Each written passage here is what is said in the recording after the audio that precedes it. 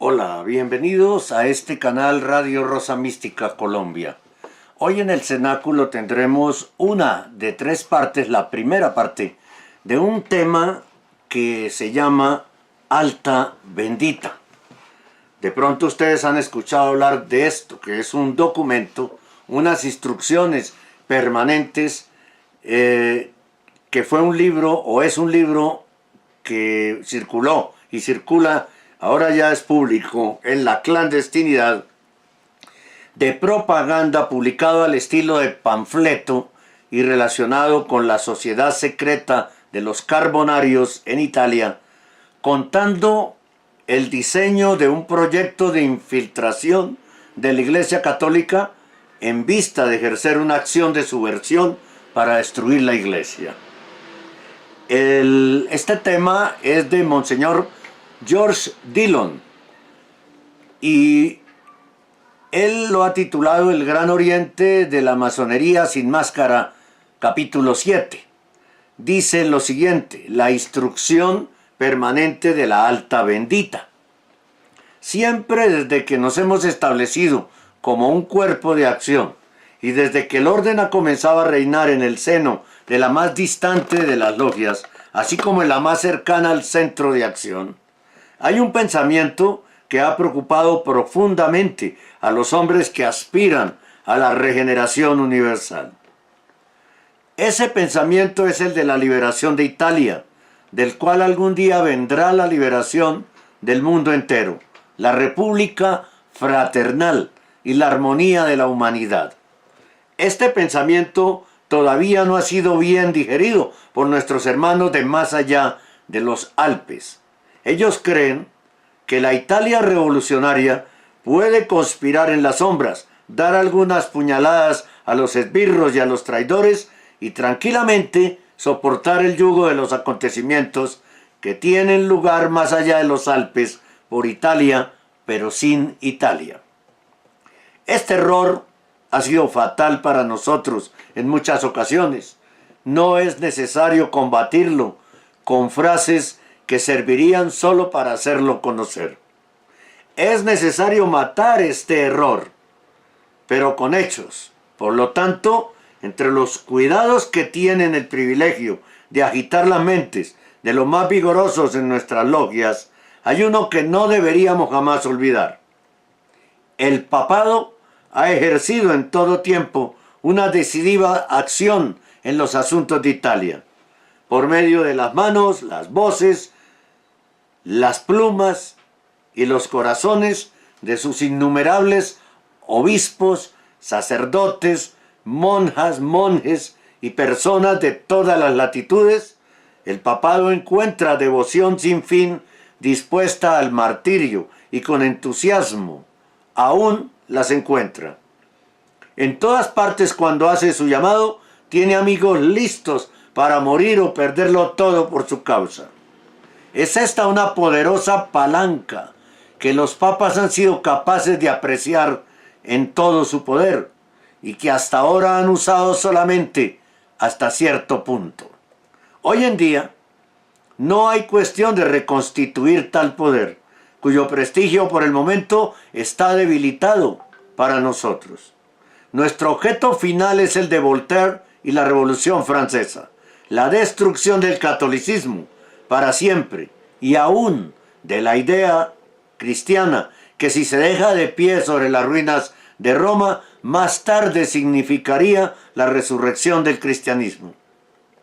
Pero para obtener con más certeza este resultado y no prepararnos para reveses que posponen indefinidamente o comprometen por largo tiempo el éxito de una buena causa, no debemos prestar atención a esos franceses jactanciosos, a esos borrosos alemanes, a esos melancólicos ingleses, todos los cuales imaginan que pueden matar al catolicismo, ya sea con una canción impura, con una deducción ilógica o con un sarcasmo contrabandeado, como se hace con el algodón de la Gran Bretaña. El catolicismo, dice este documento, tiene una vida mucho más tenaz que eso. Ha visto a los más implacables, a los más terribles adversarios, y ha tenido a menudo el maligno placer de tirar agua bendita sobre las tumbas de los más rabiosos. Permitámosles entonces a nuestros hermanos de esos países que se dediquen a la estéril intemperancia de su celo anticatólico. Dejémoslos que se burlen de nuestras madonas y de nuestra aparente devoción. Con este pasaporte, nosotros podemos conspirar a nuestra comodidad y llegar poco a poco al fin que tenemos en vista y que parece que es el que ya tienen logrado en estos últimos tiempos. Ahora bien, el papado ha sido por 17 siglos inherente a la historia de Italia. Italia no puede moverse ni respirar sin el permiso del Supremo Pastor. Con él tiene ella los 100 brazos de Briareo, un gigante mitológico griego que tenía 50 cabezas y 100 brazos. Sin él está condenada a una impotencia lamentable. No tiene nada sino divisiones que fomentar, odios para hacer estallar y hostilidades para manifestarse desde la más alta cadena de los Alpes a la más baja de los Apeninos. Nosotros no podemos querer tal estado de cosas. Es necesario, entonces, buscar un remedio para tal situación. Y este remedio ha sido encontrado. El Papa, quien quiera que pueda ser, nunca debe venir a las sociedades secretas. Son las sociedades secretas las que deben ir primero hacia la Iglesia, con el objeto de conquistar a ambos, a la Iglesia y al Papa. Primero al Papa. El trabajo que nos hemos propuesto no es la obra de un día, dicen los carbonarios, ni de un mes, ni de un año. Puede durar muchos años, tal vez un siglo, pero en nuestras filas el soldado muere y la lucha continúa. No tenemos la intención de ganar al Papa a nuestra causa, hacer los neófitos en nuestros principios y propagadores de nuestras ideas. Este sería un sueño ridículo, no importa de qué manera los acontecimientos, por ejemplo, entraran a las buenas o por sorpresa, de alguna manera en nuestros secretos. Esto no sería motivo para desear su elevación al sillón de San Pedro. Sin embargo, ahí está, ocupándolo. Tal elevación nos destruiría. Pues sí, porque los podemos identificar mejor, ¿no? La ambición solamente los llevaría a traicionarnos. Las necesidades del poder los forzarían a inmolarnos. Lo que nosotros debemos pedir, lo que debemos buscar y esperar, como los judíos esperaban al Mesías, es un papa de acuerdo con nuestros deseos. Entonces empezaron a prepararlo desde muy temprano, ¿sí? Alejandro VI, con todos sus crímenes privados, no nos convendría, porque él nunca cometió errores en materia religiosa. Clemente XIV, al contrario, nos convendría de los pies a la cabeza. Borgia fue un libertino. Borgia fue un libertino, un verdadero sensualista del siglo XVIII, perdido en el siglo XV.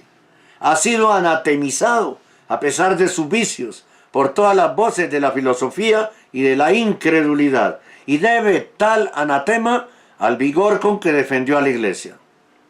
Ganganelli se entregó atado de pies y manos a los ministros de los Borbones que le hicieron temer y a los incrédulos que celebraron su tolerancia. Y Ganganelli se ha convertido en un gran papa. Él está casi en las condiciones del que buscamos nosotros, si es que fuera posible aún encontrar otro. Con esto debemos marchar seguramente en nuestro ataque a la Iglesia que con los panfletos de nuestros hermanos de Francia o aún con el oro de Inglaterra. ¿Se desea saber la razón? Es porque de este modo no necesitaremos más del vinagre de Aníbal, alusión al odio eterno que Aníbal jurara a los romanos, ni de la pólvora de los cañones, ni siquiera de nuestros propios brazos. Tenemos el dedo meñique del sucesor de San Pedro trabajando en el complot. Y ese dedo meñique es de más valor para nuestra cruzada que todos los inocencios, los urbanos y los San Bernardos de la cristiandad. ¿Está o no está sucediendo eso en este momento? The Dictator Pope no es sucesor de Pedro, no es vicario de Cristo, pero está actuando de la manera en que lo planearon los carbonarios. No dudamos de que arribaremos al supremo momento en que se dará término a nuestros esfuerzos. ¿Pero cuándo? Lo desconocido todavía no se manifiesta. Sin embargo, como nada debe separarnos del plan ya trazado, deseamos que estas instrucciones, que deben permanecer secretas para el simple iniciado en la masonería, dar a aquellos que pertenecen a la Suprema Logia los consejos con los cuales ellos deben iluminar a la generalidad de los hermanos bajo la forma de un memorándum. Es de especial importancia, por discreción, los motivos de la cual son transparentes, no permitir jamás que se sienta que estos consejos son órdenes que emanan de la alta bendita.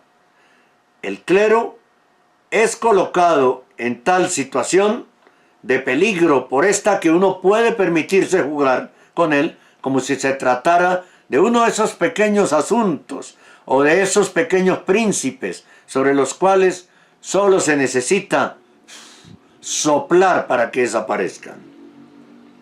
Poco se puede hacer con estos viejos cardenales o con aquellos prelados cuyo carácter es muy decidido, los de ese momento. Ahora la tienen muy fácil.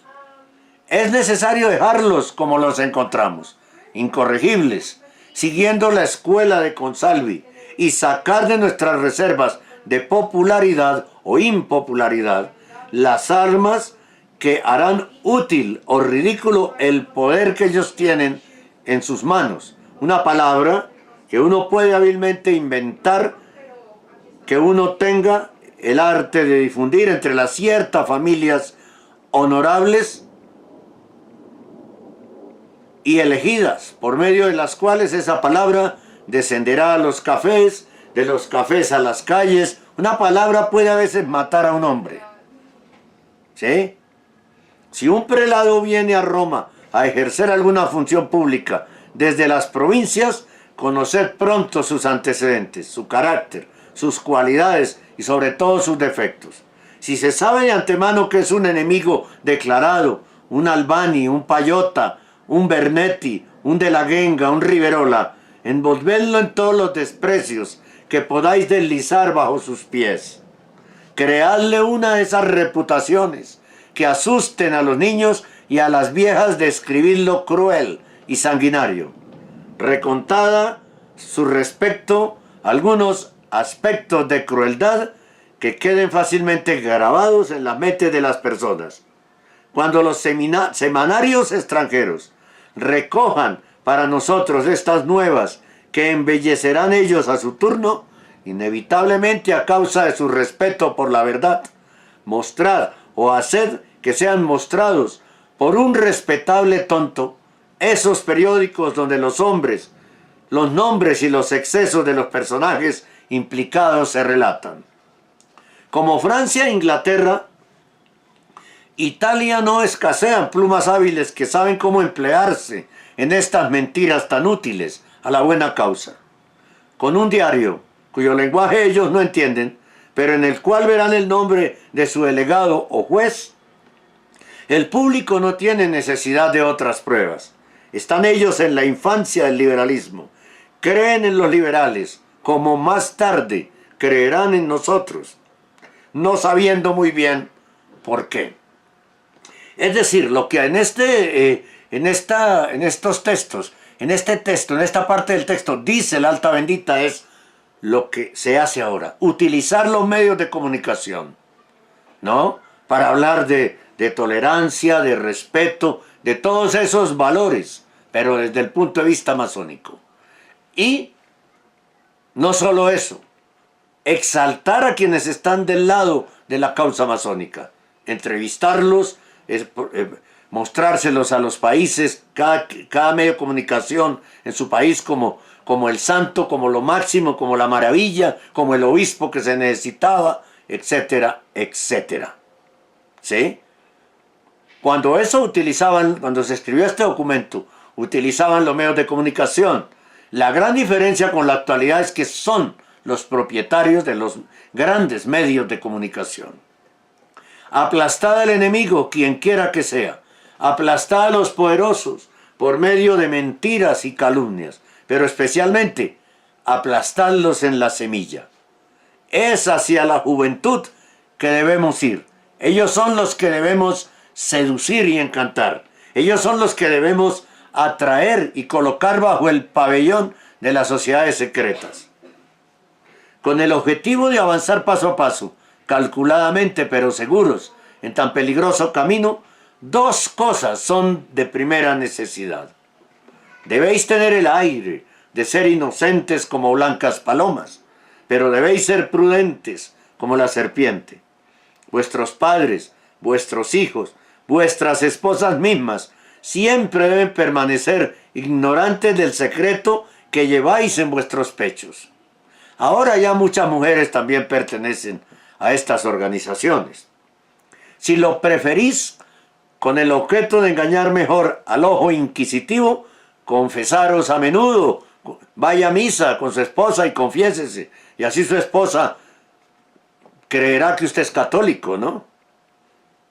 Tenéis la autorización para guardar el más absoluto silencio con respecto a estas cosas. Sabéis que la menor revelación, la menor indicación que se os escape bajo confesión o en cualquier otra parte puede acarrear grandes calamidades. Y sabéis que la sentencia de muerte estará de inmediato pronunciada sobre el confidente, lo haya hecho voluntaria o involuntariamente. Ahora, con el objeto de asegurarnos un papa tal como lo requerimos, es necesario moldear para tal papa una generación digna del reino que soñamos. Dejando aparte a los viejos y a los de mediana edad, id a la juventud, y si es posible, hacia la infancia. Por eso,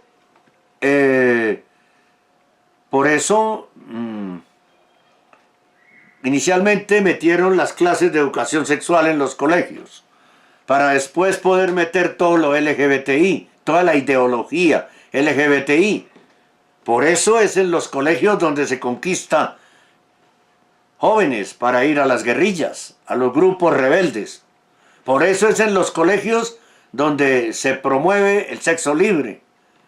Y en las universidades, no. Porque los estaban preparando, ideologizando, para cuando ya tuvieran al Papa tal como lo requerían, pues que hubiese una gran multitud de jóvenes que simpaticen con esas ideas que él llegó a exponer, ¿no? Jamás pronunciéis ante los jóvenes una palabra impía o impura. Máxima debetur puero reventia. Nunca olvidéis las palabras del poeta, porque ellas os preservarán de licencias, de lo cual es absolutamente esencial que os guardéis por el bien de la causa. Con el objeto de obtener el derecho de ser bien recibidos en los hogares, debéis presentaros con la apariencia de hombres serios y morales. Una vez que vuestra reputación esté bien establecida en los colegios, en los gimnasios y en las universidades y también en los seminarios, una vez que hayáis cautivado la confianza de profesores y estudiantes, actuad de tal manera que aquellos que están principalmente ocupados en asuntos eclesiásticos busquen vuestra conversación con placer. Alimentad sus almas con los esplendores de la antigua Roma de los papas. Siempre hay en lo profundo de los corazones italianos una nostalgia por la Roma republicana. Excitad, fomentad esas naturalezas tan llenas de calor y de fuego patriótico. Ofrecerles al principio, pero siempre en secreto, libros inofensivos, poesía resplandeciente con el énfasis nacionalista. Luego, poco a poco, llevaréis a vuestros discípulos al grado de conocimiento adecuado. ejercido sobre todos los puntos del estado eclesiástico al mismo tiempo, este trabajo diario difundirá nuestras ideas como la luz, y luego podréis entonces apreciar la sabiduría de los consejos acerca de los cuales tomamos la iniciativa. Por eso me decía un estudiante del seminario, hará unos como 8 años tal vez, cuando hice los primeros videos, me decía, es que la masonería no es mala, la masonería quiere estados republicanos. Y yo le pregunté, ¿eso es lo que le están enseñando en el seminario? Prefiero un ex seminarista que un sacerdote con esas ideas y con esos errores, le dije yo.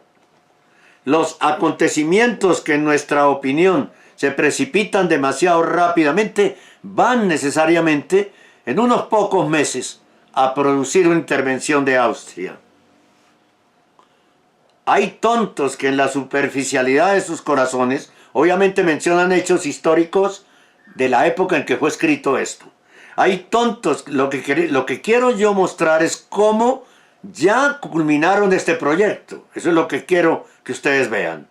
Hay tontos que en la superficialidad de sus corazones gozan con arrojar a otros en medio de peligros. Y también hay tontos que en una hora dada arrastran aún a hombres prudentes. La revolución que traman para Italia solo terminará en desgracias y persecuciones. Nada está maduro, ni los hombres ni las cosas, y nada lo estará por un largo tiempo todavía. Pero de estos males vosotros podéis obtener una cuerda nueva, o sea, nueva vitalidad, y revitalizarse, y hacer que ésta vibre en los corazones de los clérigos jóvenes.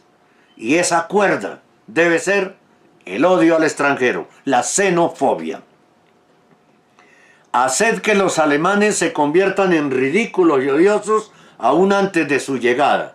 Con la idea de la supremacía pontificia, mezclad siempre las viejas memorias de las guerras del clero y el imperio. Despertad las pasiones latentes de los güelfos y de los gibelinos. Los güelfos estaban a favor del Papa y contra los gibelinos. Y de esta manera obtendréis para vosotros la reputación de buenos católicos y de patriotas puros. Esa reputación abrirá el camino para que nuestras doctrinas aniden en los pechos del clero joven. Por eso encontramos ahora hasta cardenales con unos errores terribles, porque todo esto ya dio su fruto, todo este proceso, ¿sí? Entonces, tal reputación abrirá el camino para que nuestras doctrinas aniden en los pechos del clero joven y aún lleguen a los conventos más cerrados. Pues claro, los benedictinos, por ejemplo, fueron infiltrados con Ansel Grum y por Ansel Grum, un hereje apóstata terrible. En pocos años el clero joven habrá, por la fuerza de los acontecimientos, invadido todas las funciones. Gobernarán, administrarán y juzgarán. En eso es que están en este momento todos esos jóvenes de hace 50, 60 años. Son los cardenales de hoy en día, son los obispos. Y dicen barbaridades. Y quieren destruir la doctrina. Y hasta uno llegó a la silla de Pedro. Formarán el concilio que elegirá al pontífice que ha de reinar.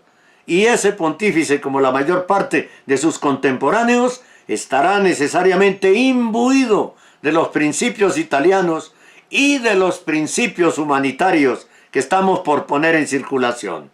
¡Ojo! Porque eso ya también lo lograron. Si no, ¿de qué se trata el acuerdo de Abu Dhabi?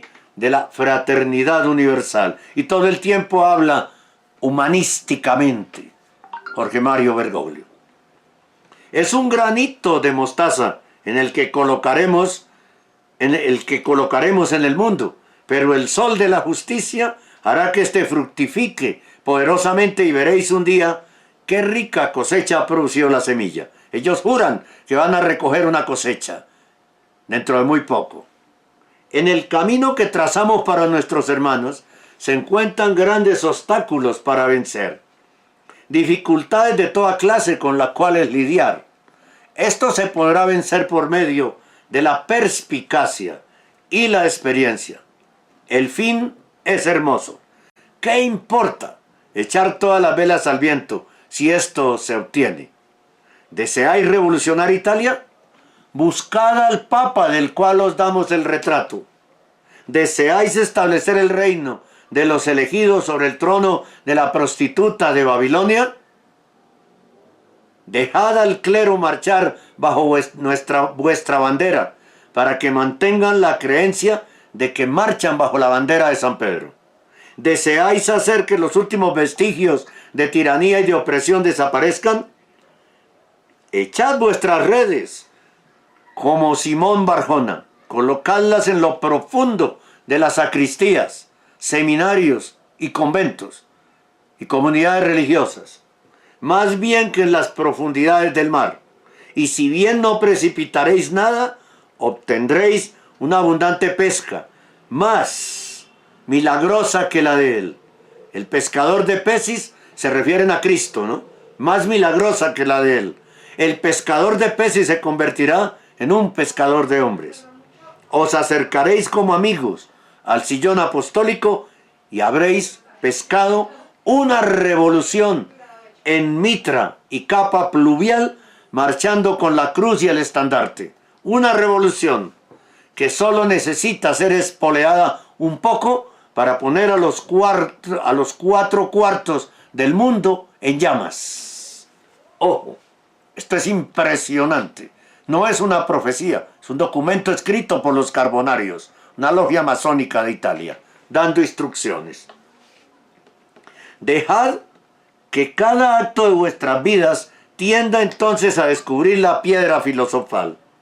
Los alquimistas de la Edad Media perdían su tiempo y el oro de los crédulos en busca de ensueño. El sueño de las sociedades secretas se llevará a cabo por la más simple de las razones, porque está basado en las pasiones del hombre. No nos descorazonemos, dicen, entonces por un detenimiento, un revés o una derrota. Preparemos nuestras armas en el silencio de las logias. Carguemos nuestras baterías. Adulemos todas las pasiones, las más malvadas y las más generosas. Y pensemos que nuestros planes tendrán éxito algún día, aún por encima de nuestros cálculos más improbables. Este documento revela toda la línea de acción seguida desde entonces por los revolucionarios italianos. Nos da también una buena visión de las tácticas que la francmasonería ha hecho familiares en otros países europeos. Pero he aquí que estamos en posesión, dice quien escribe, de lo que a mí me parece ser un documento más sorprendente, escrito para beneficio de las logias piamonteses de los Carbonarios por uno de los de la Alta Bendita, cuyo seudónimo era Piccolo Tigre, Tigre Chico. Debo mencionar aquí que la costumbre de adoptar estos nombres de fantasía ha sido común en las sociedades secretas desde el principio. Aurouet se convirtió en Voltaire.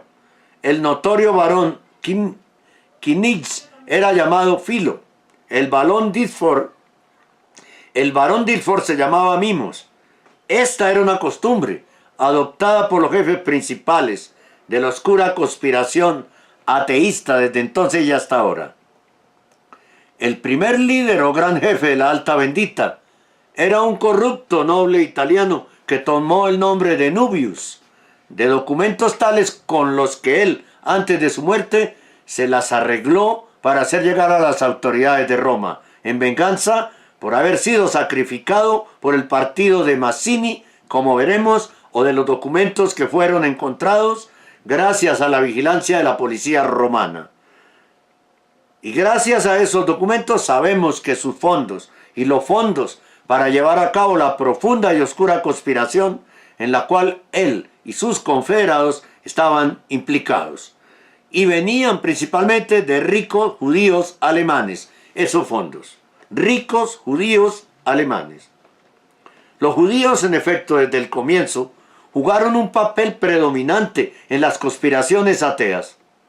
Todavía lo sigue haciendo Piccolo Tigre, que parece haber sido el agente más activo de Nubius, que era judío, en el momento en que se escribió este documento, ¿no? Viajaba bajo la apariencia de un banquero y joyero ambulante. Este carácter de prestamista desarmaba las sospechas con respecto a él y a aquellos de sus cofrades que tenían ocasión de visitar en sus peregrinaciones. Por supuesto, tenía a la masonería como protectora en todos lados. Los más desesperados de los revolucionarios, por otra parte, eran los más desesperados de los canallas. Eran jugadores, derrochones y justo la clase con la cual un judío podría tener asuntos de dinero. Piccolo Tigre de esta manera viajaba seguro, tranquilo y llevaba en forma segura a las logias superiores de los carbonarios las instrucciones de la Alta Bendita, que la Alta Bendita consideraba oportunas. En el documento a que nos hemos referido, que enseguida, en el próximo programa, daremos a conocer, se verá cuán ansioso el directorio secreto estaba de hacer uso de la masonería común, a pesar del desprecio que sentían por los bon vivants que solo aprendían de la sociedad cómo hacerse borrachos y liberales. Más allá de los masones, y desconocido para ellos, aunque formado generalmente entre ellos, se hallaba el cónclave secreto, que a pesar de todo los usaba para lograr la ruina del mundo y de sí mismos. El próximo capítulo contiene una traducción del documento, o instrucciones, como se lo llamaba, que Piccolo Tigre hiciera conocer a las logias piamontesas de los carbonarios, publicado por el padre Manuel. Así que los espero en el próximo programa para ver ese documento que contiene las instrucciones. Muchas gracias por acompañarnos en este cenáculo. Muy importante, porque es un documento que nos acerca a entender correctamente lo que está sucediendo en este momento en la iglesia. Habla de un concilio en el cual van a elegir a uno al que necesitan ellos, que lo prepararon en el camino desde antes del sacerdocio, a quien iba a estar sentado en la silla de Pedro. Esto es impresionante, pero es la realidad. La paciencia que nos falta a los católicos la tienen los masones. Muchas gracias por acompañarnos. Los espero en la página de Facebook, en el canal iVox.com y en este canal. Los tres se llaman Radio Rosa Mística Colombia. Suscríbase en los tres, diga me gusta y en este canal busque la campanita, oprímala para que le lleguen de primerazo los estrenos de nuestro canal. Y los espero todos los días, 8 de la mañana, con noticias de la iglesia y a las 3 de la tarde, orando por ustedes y ustedes por nosotros en www.radiorosamísticacolombia.com. El amor de María, directo a tu corazón, 7 años defendiendo la sana doctrina católica.